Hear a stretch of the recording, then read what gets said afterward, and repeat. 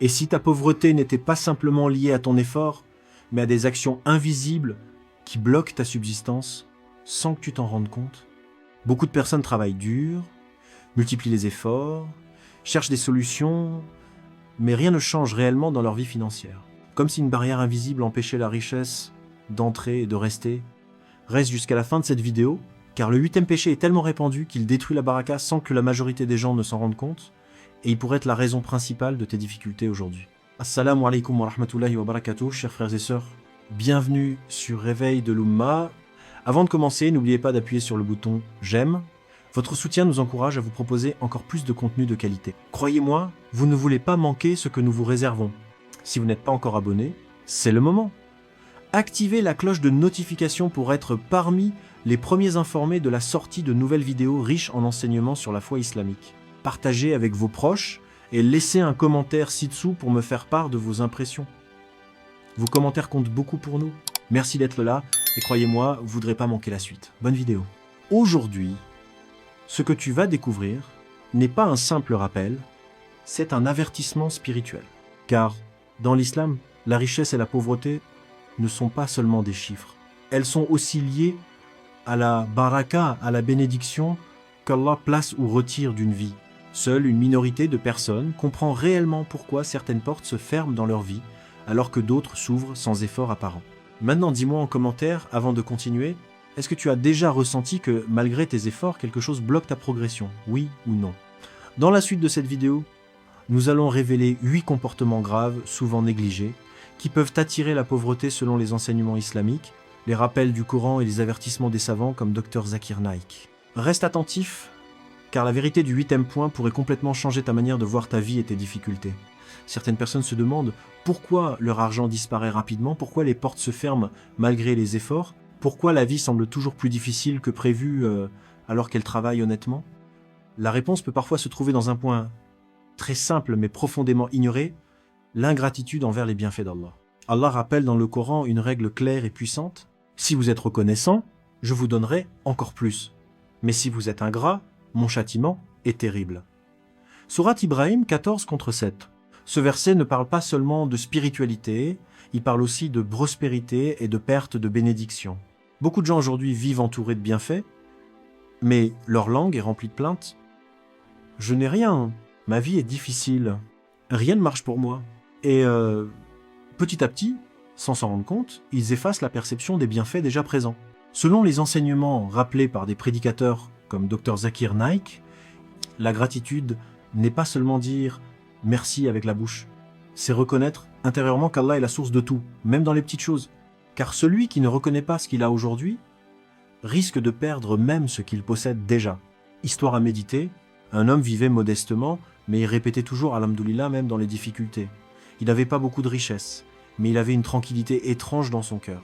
Avec le temps, sa situation changea progressivement. Opportunités, travail, stabilité, comme si les portes s'ouvraient une à une. Pendant ce temps, une autre personne, pourtant mieux située au départ, passait son temps à se plaindre et voyait ses conditions se détériorer malgré ses efforts. Le message est simple, mais puissant. La gratitude attire la baraka, tandis que la plainte constante peut fermer les portes de la subsistance. Beaucoup ignorent ce principe et cherchent des solutions compliquées, alors que la clé est parfois dans une simple phrase « Alhamdulillah », sincère et constant. Commente maintenant « Alhamdulillah » pour une chose que tu oublies souvent de remercier aujourd'hui, car ton commentaire peut rappeler à quelqu'un un bienfait qu'il avait oublié, et cela peut changer son regard sur sa vie. Beaucoup de personnes pensent que la richesse dépend uniquement du travail, des opportunités ou de la chance, mais dans la vision islamique, il existe aussi des causes invisibles qui peuvent détruire la baraka de l'argent. Parmi elles, il y a un péché extrêmement grave. Le riba, l'usure, l'intérêt. Allah met en garde avec une intensité très forte dans le Coran. Allah a permis le commerce et interdit l'usure. Sourate Al-Baqarah 2-275. Et plus loin, Allah annonce même une menace sévère pour ceux qui persistent dans ce système. Le riba donne une illusion de gain, mais retire la bénédiction. Une personne peut voir son compte augmenter, ses affaires grandir, ses revenus évoluer. Mais intérieurement, quelque chose ne suit pas. Stress constant, dettes qui reviennent, dépenses imprévues et impossibilité de stabiliser la situation. Dr Zakir Naik rappelle souvent un principe fondamental, même si un système semble rentable du point de vue matériel, s'il est interdit, il ne peut pas contenir la vraie baraka. Beaucoup de gens prennent des crédits avec intérêt pour améliorer leur vie. Au début, tout semble avancer. Maison, voiture, projet. Mais avec le temps, la pression financière augmente. Les remboursements deviennent lourds et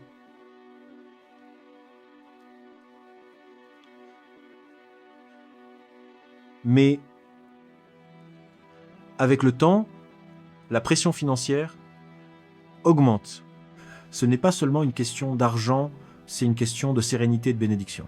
Le prophète Mohammed a également averti sévèrement contre l'usure dans plusieurs enseignements authentiques, montrant que ce n'est pas un petit péché, mais un acte qui touche directement la justice économique et sociale. Le vrai danger du riba, c'est pas seulement la perte financière, c'est la perte progressive de la tranquillité et de la satisfaction dans la vie. Beaucoup de gens cherchent des méthodes complexes pour devenir riches, mais ignorent que certains gains sont en réalité des pertes déguisées. Commente maintenant, je choisis la richesse halal même si elle est lente. Ton commentaire peut encourager quelqu'un à repenser ses choix financiers avant qu'il ne soit trop tard. Beaucoup de gens ne réalisent pas que certains blocages dans leur vie ne viennent pas seulement de l'argent ou du travail, mais de leurs relations humaines et de leur comportement injuste envers autres. Parmi les péchés qui attirent la pauvreté, il y a un danger très sérieux. L'injustice, zulm. Allah avertit clairement dans le Coran et ne pense pas qu'Allah est inattentif à ce que font les injustes. Sourate Ibrahim 14-42. Ce verset rappelle une chose essentielle. Aucune injustice ne passe inaperçue. L'injustice peut prendre plusieurs formes. Prendre le droit de quelqu'un, retarder un salaire, tromper dans un commerce, humilier une personne faible, exploiter la confiance des autres. Même si cela semble petit aux yeux des humains, cela a un poids immense auprès d'Allah.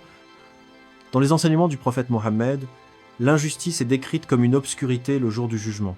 Cela montre que ses conséquences ne sont pas seulement matérielles, mais aussi spirituelles et durables. Une personne peut gagner rapidement de l'argent par des moyens injustes, mais souvent, cet argent ne reste pas. Il disparaît dans des dépenses imprévues, des problèmes familiaux ou des pertes inattendues, comme si la vie elle-même rééquilibrait ce qui a été pris injustement. Dr Zakir Naik et d'autres savants rappellent souvent que dans la vision islamique, la richesse n'est pas seulement ce que tu gagnes, mais ce qui reste avec bénédiction et stabilité. Le danger de l'injustice, c'est qu'elle détruit la confiance entre les gens et ferme les portes de la baraka dans les transactions et les relations.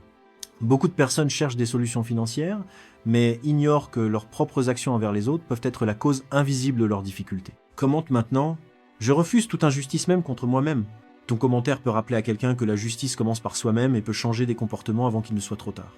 Beaucoup de personnes cherchent des raisons visibles à leurs difficultés financières, alors qu'une des causes les plus puissantes de la perte de baraka peut être cachée dans quelque chose de très proche, le lien avec les parents.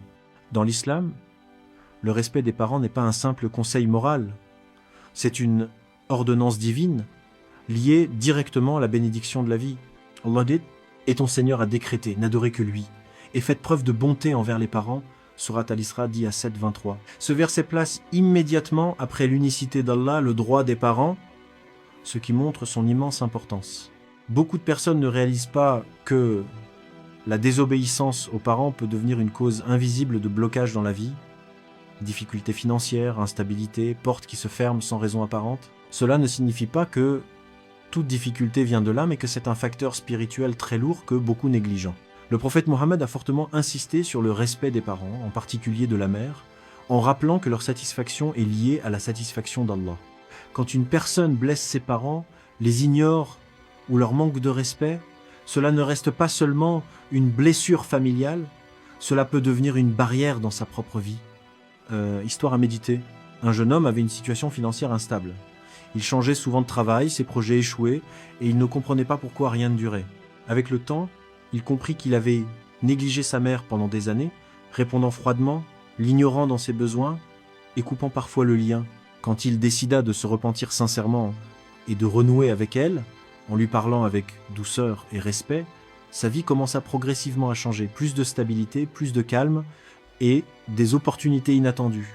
Cela ne veut pas dire que tout devient riche instantanément, mais que la baraka revient là où le lien familial est réparé. Dr Zakir Naik rappelle souvent que les actes d'adoration ne sont pas séparés des relations humaines. La foi se manifeste aussi dans le comportement quotidien. Beaucoup cherchent des invocations puissantes ou des solutions rapides, alors que parfois la clé est simplement de réparer une relation brisée depuis longtemps. Commente maintenant « Ya Allah, aide-moi à honorer mes parents comme il se doit ». Ton commentaire peut être un rappel pour quelqu'un qui a oublié que le paradis et la baraka passent aussi par le respect des parents. Beaucoup de personnes pensent que pour réussir dans la vie, il suffit de travailler dur et de multiplier les opportunités. Mais en islam, la réussite dépend aussi de quelque chose de fondamental. La sincérité dans les relations et l'honnêteté dans les actes. Parmi les causes qui peuvent attirer la pauvreté et enlever la baraka, il y a un danger très sérieux, le mensonge et la trahison. Le prophète Mohammed a dit « Celui qui nous trompe n'est pas des nôtres ». Rapport authentique. Ce hadith montre à quel point la tromperie détruit non seulement les relations humaines, mais aussi la bénédiction dans la subsistance. Le mensonge peut parfois donner un avantage temporaire, une vente rapide, un gain facile, mais il détruit quelque chose de beaucoup plus précieux, la confiance. Et sans confiance, aucune richesse ne dure réellement. Dans la vie réelle, beaucoup de personnes ont perdu leurs clients, leur réputation ou leurs opportunités simplement à cause d'un mensonge ou d'une trahison. Au début, tout semblait fonctionner, puis progressivement, les portes se sont fermées. Un commerçant qui trompe sur la qualité de ses produits peut gagner plus rapidement au départ, mais avec le temps, les clients cessent de revenir, la réputation chute et les revenus diminuent. Comme si l'argent gagné rapidement disparaissait encore plus vite. Dr Zakir Naik rappelle souvent que dans la vision islamique, la richesse n'est pas seulement une accumulation d'argent, mais une inévitabilité accompagnée de baraka et de paix intérieure. Le mensonge et la trahison détruisent cette stabilité. Ils créent du stress, de la peur d'être découvert et une perte progressive de tranquillité. Beaucoup de gens cherchent des méthodes complexes pour réussir, alors que la base de toute réussite durable commence par l'honnêteté, même quand cela semble difficile. Commente maintenant. Je choisis l'honnêteté même si c'est difficile. Ton commentaire peut encourager quelqu'un à abandonner une mauvaise habitude avant qu'elle ne détruise ses opportunités. Beaucoup de personnes cherchent des explications compliquées à leurs difficultés financières, alors que parfois la cause la plus profonde est la plus simple à comprendre, mais la plus négligée. La relation avec Allah et son rappel dans la vie quotidienne. Parmi les péchés les plus dangereux qui peuvent attirer une vie de difficulté et retirer la baraka, il y a l'oubli d'Allah, rafla. Allah dit dans le Coran, et quiconque se détourne de mon rappel aura certes une vie pleine de gêne. Surat Taha 20 contre 124. Ce verset est extrêmement puissant. Il ne parle pas seulement de spiritualité, mais d'une vie rendue difficile, instable et sans paix intérieure. Beaucoup de personnes poursuivent l'argent, les projets, les solutions matérielles, mais oublient progressivement la source de toute subsistance. Ils prient parfois rapidement, ils font le rappel d'Allah rarement, et leur cœur est constamment occupé par le monde. Dr Zakir Naik et d'autres savants rappellent souvent que le dhikr rappel d'Allah n'est pas seulement un acte spirituel, c'est aussi une cause de tranquillité, de clarté mentale et de baraka dans les décisions de la vie. Quand le cœur s'éloigne d'Allah, même la richesse perd son goût. Histoire à méditer, une personne peut avoir un bon travail, un revenu stable, et pourtant ressentir un vide intérieur constant. Elle court derrière plus d'argent, plus de biens, mais ne ressent jamais la satisfaction. Puis lorsqu'elle commence à revenir vers Allah, à faire le dhikri régulièrement, à prier avec présence, quelque chose change. Pas forcément la quantité d'argent immédiatement, mais la paix intérieure et la gestion de la vie deviennent plus faciles. Le vrai danger de l'oubli d'Allah, c'est pas seulement la pauvreté matérielle, c'est la pauvreté du cœur, même au milieu de la richesse. Final. Beaucoup de gens cherchent des solutions extérieures, alors que la clé principale se trouve dans la connexion intérieure avec Allah. Conclusion importante. La richesse véritable n'est pas seulement ce que tu possèdes, mais la baraka, la sérénité et la guidance qui accompagnent ce que tu possèdes. Question finale pour les commentaires. Penses-tu que la vraie richesse est dans l'argent ou dans la tranquillité du cœur? Appel à l'action finale. Si cette vidéo t'a parlé, n'oublie pas, aime la vidéo, abonne-toi à Réveil de l'Oumma, partage avec une personne qui en a besoin et laisse ton commentaire. Il peut être un rappel pour quelqu'un d'autre. Barakallahu fikum, et que Allah nous guide tous vers la richesse avec baraka.